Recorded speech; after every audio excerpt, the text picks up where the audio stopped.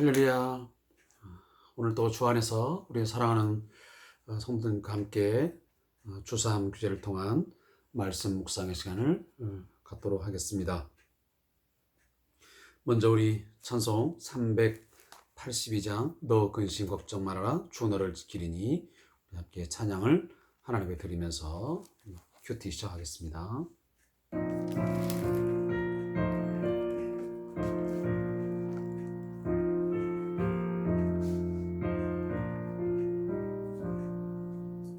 너 근심 걱정 말아라 주 너를 지키리 주 날개 밑에 거하라 주 너를 지키리 주 너를 지키리 아무 때나 어디서나 주 너를 지키리 늘 지켜주시리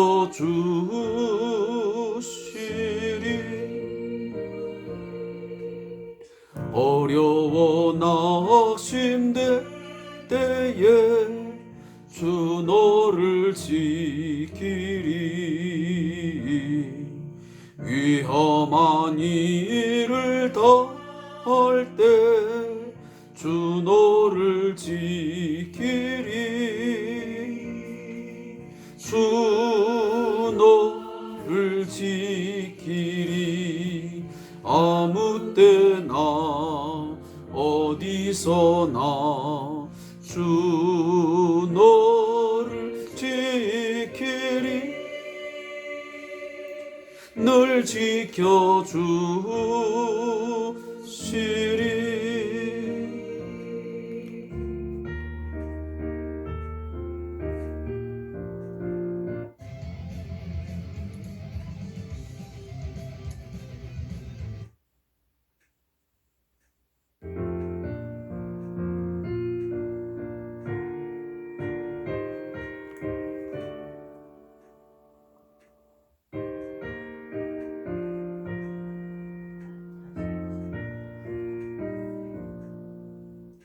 너 쓸 것 미리 아시고 주 너를 지키리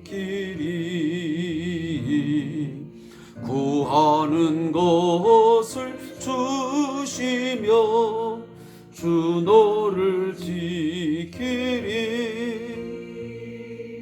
주 너를 지키리 아무 때나 어디서나 주 너를 지키리 늘 지켜주시리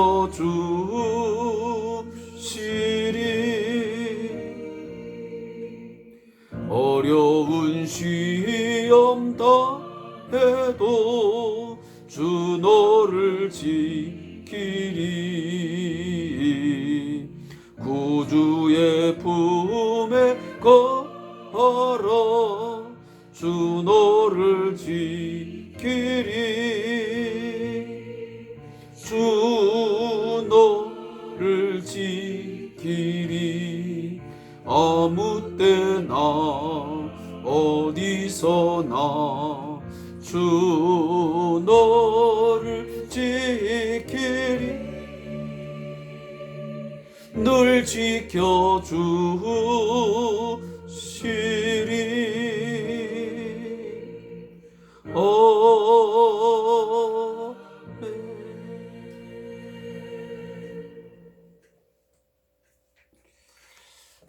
찬양하는 가운데 우리 제가 반주기를 또 유튜브를 통해서 사용하다 보니까 좀 잡음이 생겼습니다. 양해 바라고 오늘 함께 말씀을 찾아 읽도록 하겠습니다. 요한 1서 3장 11절부터 마지막 24절까지 말씀을 찾아서 함께 읽도록 하겠습니다. 요한 1서 3장 11절부터 마지막 24 14절까지의 말씀을 함께 읽습니다.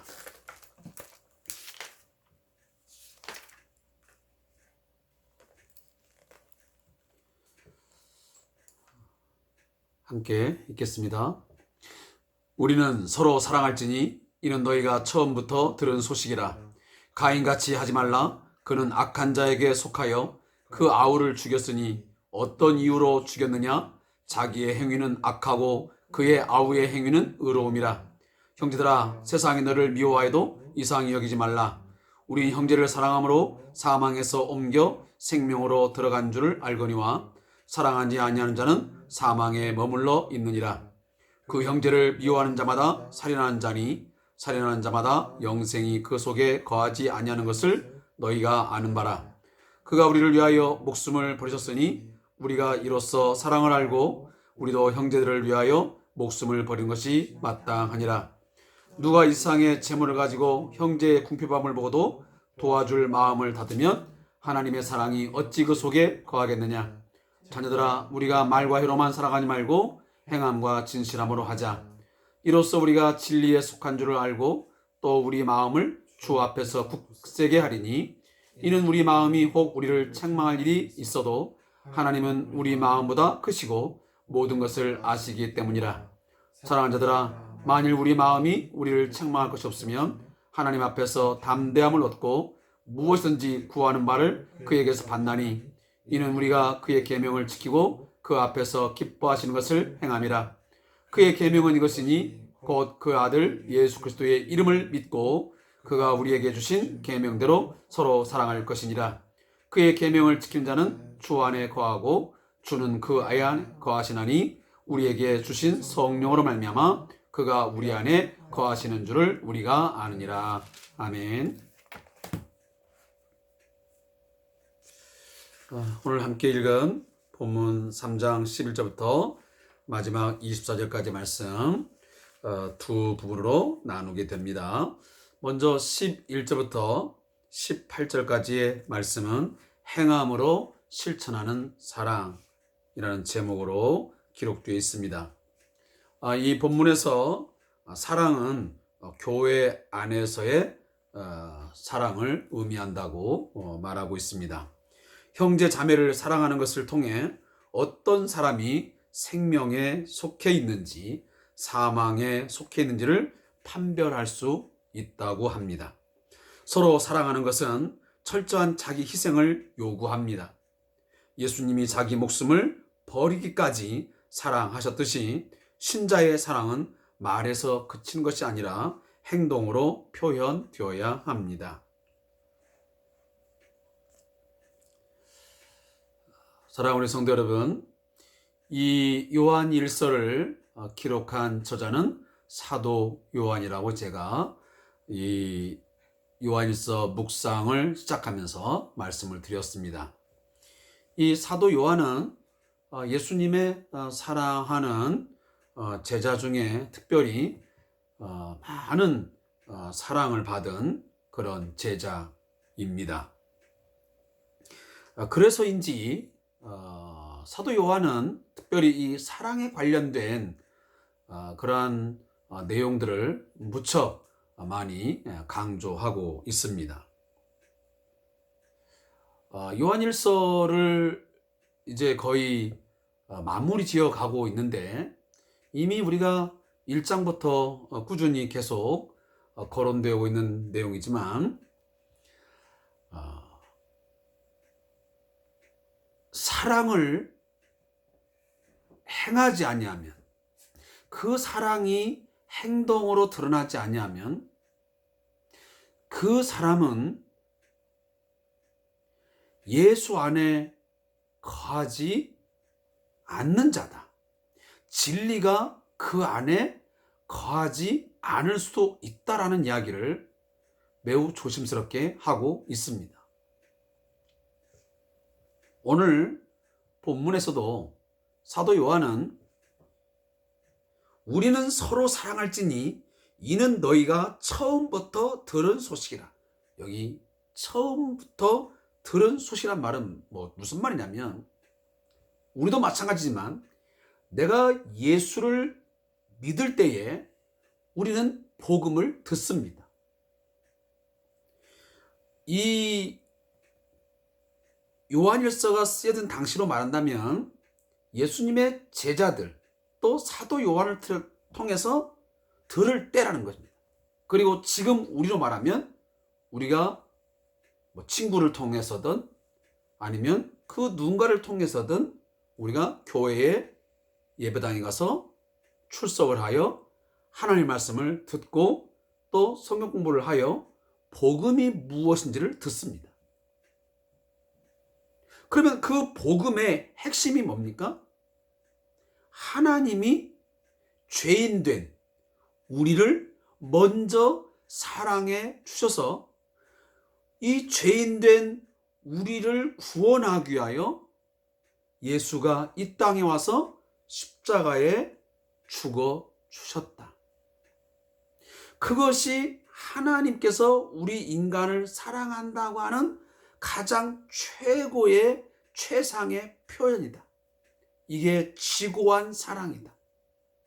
우리가 구원을 얻게 된 것은 우리가 죄와 허물로 죽은 자리에서 의와 생명의 자리로 옮겨진 것은 철저하게 하나님의 사랑에 기인된 것이다. 이게 복음이다. 복음의 핵심은 하나님이 우리를 사랑하셨다 라고 하는 것입니다. 이것을 우리가 처음부터 들은 소식입니다. 그러면 오늘 사도 요한은 뭐냐면 이 복음의 핵심인 하나님의 사랑을 우리가 들었다면 우리가 당연히 그 받은 사랑을 가지고 형제를 사랑하는 것은 매우 당연한 것이다. 그건 매우 자연스러운 것이라고 말씀합니다. 그러면서 한 예를 들기를 가인의 예를 듭니다. 무슨 얘기냐면 우리가 이미 아마 성경 공부든 아니면 어떤 다양한 루트를 통해서 이 창세기에서 나오는 이 가인과 아벨의 이야기를 알고 있습니다. 가인은 최초로 그 형제를 죽인 살인자입니다. 그가 왜 동생 아벨을 쳐 죽였습니까? 그것은 오늘 본문에서 언급하듯이 그 아우의 행위는 의로우며 자기는 그 행위가 악하기 때문에 그 아우를 죽였다라고 말하고 있습니다. 세상은 악한 자들이 의로운 자를 핍박하고 죽입니다. 짓밟습니다. 따라서 오늘 이 사도 요한은 세상이 예수를 믿는 우리들을 미워하는 것을 이상히 여기지 말아라. 우리 예수 믿는 사람들이 의로운 행위를 할 때에, 그러면 서로 사랑을 하려고 할 때에 분명 우리를 미워할 것이다. 우리에 대해서 호감을 갖기보다는 오히려 세상은 교회 공동체의 사랑을 보면서 우리를 미워할 수 있다는 것입니다. 그럼에도 불구하고 오늘 이 사도는 뭐라고 하냐면 형제를 사랑해야만 된다. 왜냐하면 그 형제 사랑을 통해서 우리가 사망에서 생명으로 들어간 줄을 다시면 확인하게 되는 것입니다. 사랑을 하지 않는 자는 여전히 사망에 머물러 있다라는 것을 증거하는 것입니다. 한마디로 말하면 지금 우리가 예수를 믿고 있고 하나님의 사랑이 무엇인지를 알고 믿음에도 불구하고 여전히 형제를 미워하고 살아가고 있다면 그것은 살인을 행하는 자요. 그는 사망에서 생명으로 옮겨진 것이 아니고 여전히 사망에 있다라고까지도 단정할 수 있다는 것입니다. 어찌 보면 이 메시지가 정말 그럴까? 라는 의구심이 들 수도 있습니다. 그러나 우리는 성경 말씀은 말씀 그대로 우리가 받아들이고 뭔가 경각심을 가지고 우리 자신들을 돌아봐야 됩니다. 설마 그러겠어. 그냥 우리에게 뭔가 두려움을 주고 공포심을 일으키기 위해서 하는 그런 메시지겠지라고 그냥 흘려버리는 것이 아니고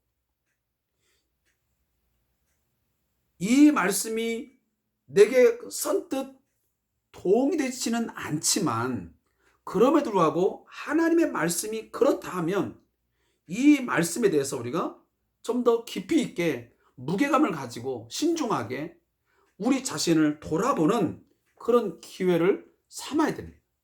그것이 바로 이 말씀을 묵상하는 이유가 되는 것입니다. 우리가 그저 그냥 이 말씀을 들으면서 내가 쉽게 이해될 수 있고 받아들일 수 있는 것들을 아멘하고 지나가 버리고 그리고 내가 뭔가 이해되지 않는다 그래서 진짜 그럴 수 있을까? 하나님이 정말 그렇게 하실까? 하고 하면서 뭔가 불신하고 그럴 수 없을 거야 라고 하면서 치부하고 이 말씀을 말씀 그대로 받아들이지 않고 좀 가볍게 여기면서 지나쳐 버린다면 이 하나님 말씀은 내 입맛에 맞는 것만 선택하는 취사 선택하는 이건 내복음이 되는 것이지 하나님의 말씀이 될 수는 없는 것이죠. 여러분 성경은 하나님의 말씀이지 내가 이것을 취사 선택해서 가질 수 있는 그것은 결코 아니라는 것입니다. 한 가지 또 이 본문에서 우리가 좀 더 짚고 넘어갈 건 뭐냐면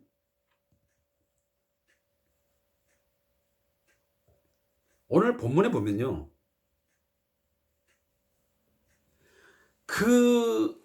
우리가 서로 사랑을 할 때 그 사랑의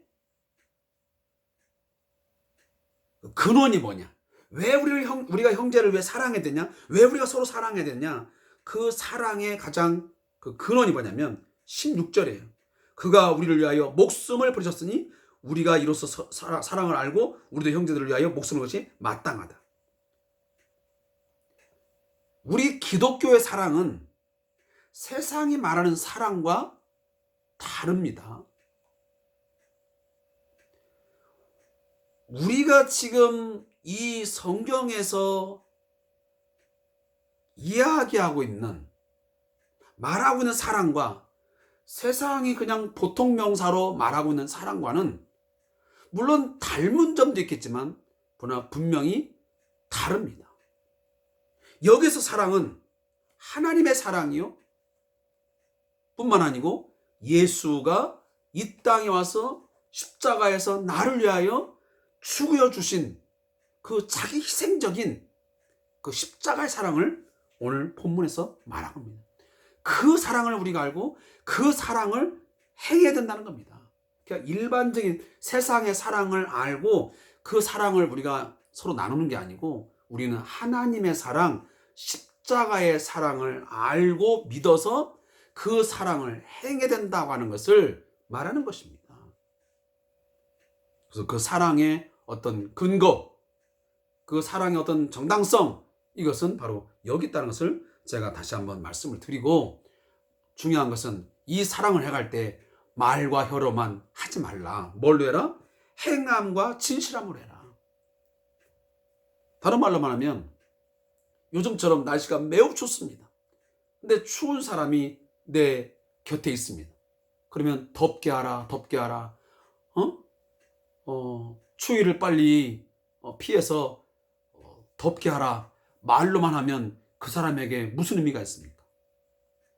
내 겉옷이라도 벗어서 그 사람에게 뭔가 덮어줌으로 그 추위를 피할 수 있도록 해주는 것이 진정한 사랑이 아니겠습니까? 내 옆 사람이 지금 밥을 굶어가지고 끼니를 굶고 배고파하고 있는데 가서 밥 먹어. 얼른 그러면 밥 먹고 배불러야지. 그러면 그 배고픈 것을 해결해야지. 말로 한들 그 사람에게 무슨 의미가 있으며 그게 진정한 사랑이겠습니까? 내가 가지고 있는 그 무엇인가를 나누어서 충분한 것이 아니라 할지라도 최소한의 그 배고픔을 해결할 수 있는 뭔가를 내가 제공해 줘야만 내가 행함과 진실함으로 행할 때 그게 진정한 사랑이 되는 것 아니겠습니까? 그래서 오늘 19절을 보면 이로써, 여기 이로써라는 말은 바로 앞에 있는 단어를, 앞에 있는 문장을 끌고 가는 것입니다. 이렇게 내가 말과 혀로만 사랑하지 않고 행함과 진실함으로 했을 때에 우리가 진리에 속한 줄 알고 또한 우리 마음을 주 앞에 굳세게 하느냐.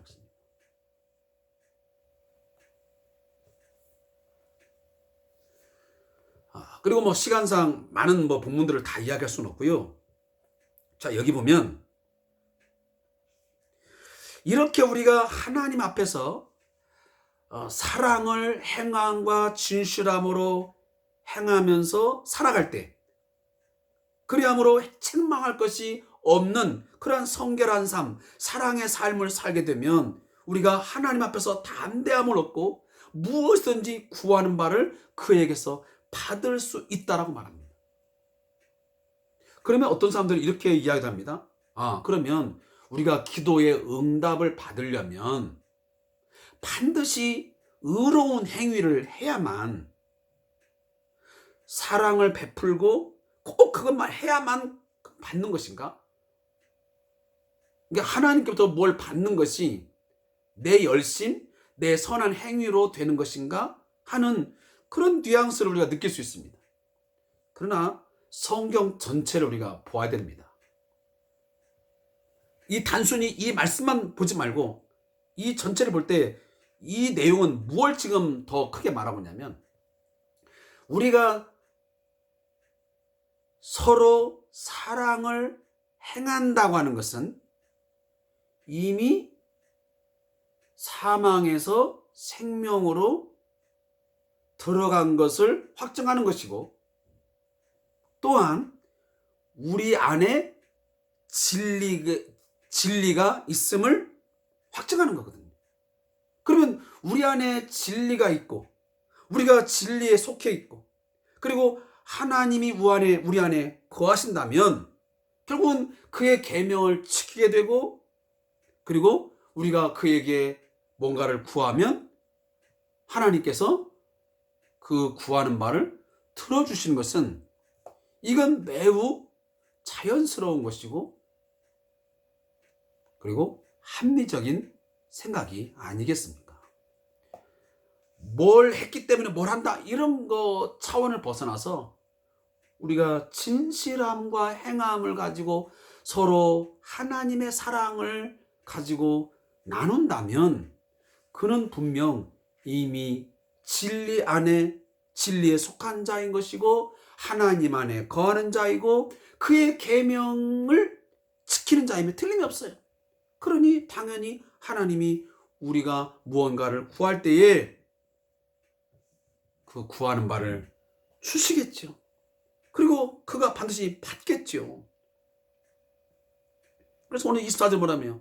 그의 계명을 지킨 자는 주 안에 거하고 주는 그의 안에 거하시나니. 상호내주라는 말이 이게. 내가 주 안에, 주가 내 안에. 자, 이 말은 사도 요한이 참 자주 사용하는 단어입니다. 요한복음에 봐도 요한복음 15장에 보면 이런 내용을 담고 있거든요.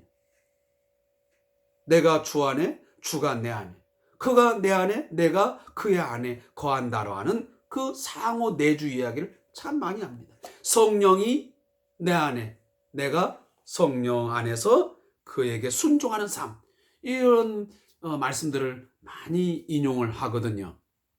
오늘 본문은 그런 이야기를 담고 있습니다.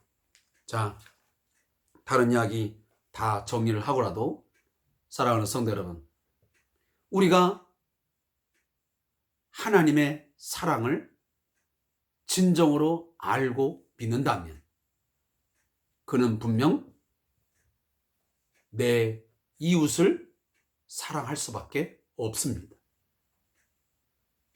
마음을 다하고 뜻을 다하여 하나님을 사랑하는 자는 반드시 내 형제를 내 몸처럼 사랑함이 마땅한 것이고 당연하다고 오늘 말씀이 결론을 맺고 있습니다.